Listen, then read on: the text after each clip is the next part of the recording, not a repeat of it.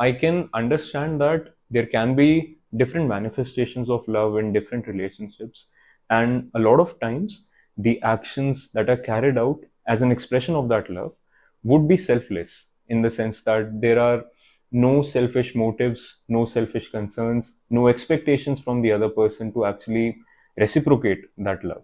Hmm? It could be the case.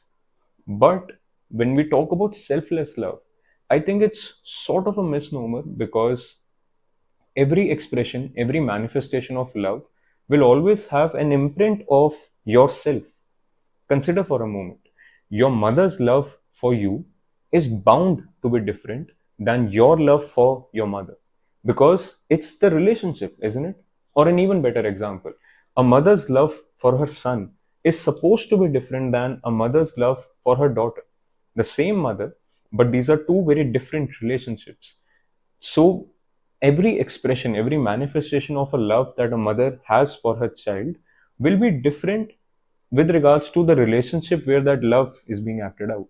And therefore, in that sense, love can be selfless, but it will always have an imprint of the self that is carrying out the action of love.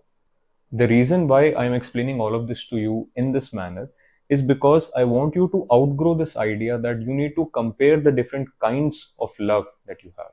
For example, you need not compare the love that you have for your mother with the love that your mother has for you, because these are two different kinds of love.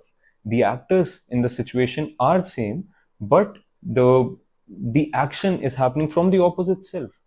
The way your mother would express love for you is supposed to be, it's bound to be different than how you would express your love for your mother. And therefore, you need not compare these two different, very different kinds of love.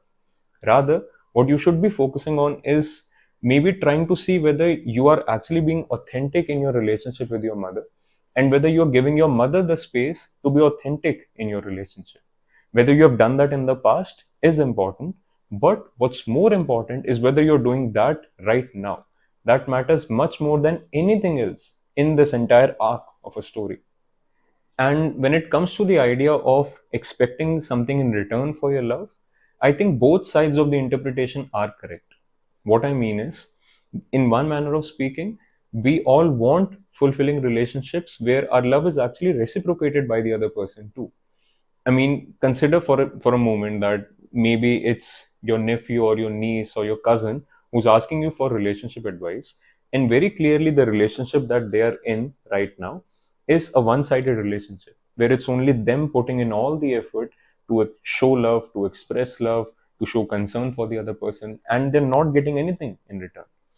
You would of course advise them to see if it can get better, see if it can be reciprocated from the other side. But if not, you would advise them to walk out of that relationship, because you actually want a more fulfilling relationship for them, isn't it? Especially if you love them. So in this manner of speaking, we do want relationships where our love is reciprocated, where we get something in return in that sense. But it's also true at the very same time that not every act of love is supposed to be reciprocated, not especially in the same amount or at the same moment, etc. For example, my parents cannot reciprocate everything that I do for them, and I cannot reciprocate everything that my parents have done for me over the years, are doing for me right now, etc. etc. It's not a trade after all, isn't it? So again, it comes down to a moment by moment choice. And in every moment, you have to let your highest self take over and be as authentic as possible to that higher self.